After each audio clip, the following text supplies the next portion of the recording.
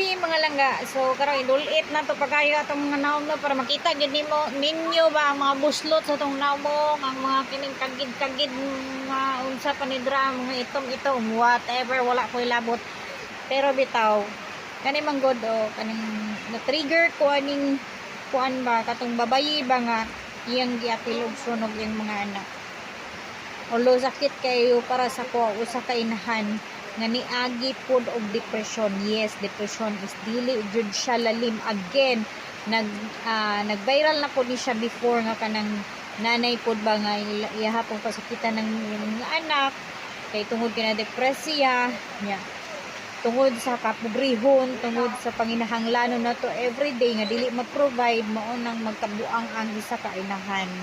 Mao na siya, or it's either biyaan siya sa usa ka lalaki or pasakitan sa usa ka lalaki.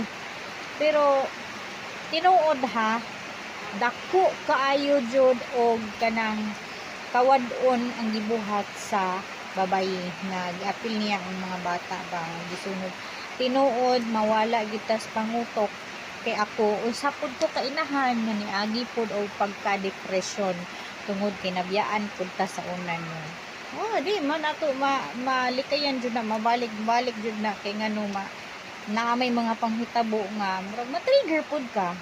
Pero para lang sa kuano siguro palangga lang gyud siguro ko kay Ginoo ba kay ngano aside from that nga nahitabo sa ako na-depressed ta, hapit magpakamatay, nawala na kasi imuhang kaugalingon, halos imuhang ng kulatahon imong anak, mandulong imong pananaw, pati imuhang mga ginikanan, dili na nimo paminawon, imong mga igsuon, bali wala na kumbaga, naana ka sa imong kaugalingon tanan, ultimo imong kaugalingon, di na nimo pod maatubang, I mean, wala na nimo maisip na, kailangan ka magpugi, anak.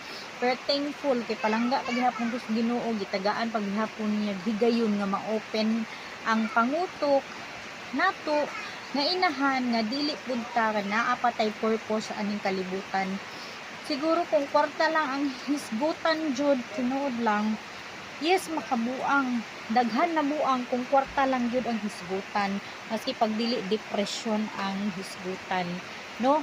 Pero para sa ko kato siya naa na gid to siya gidaladala para opinion lang ito nako nga naa na gid to siya gidaladala nga gibati sa iyang kaugalingon ba dili lang to about sa kwarta. Kay kung kwarta lang 500 pesos siguro maka-provide pa man siya, makahulam pa man siya sa iyang mga kuan, maka-provide pa ta og mga panginahanglanon ba, makapangutang pa ta silingan unsa mga magpabaga pa ta og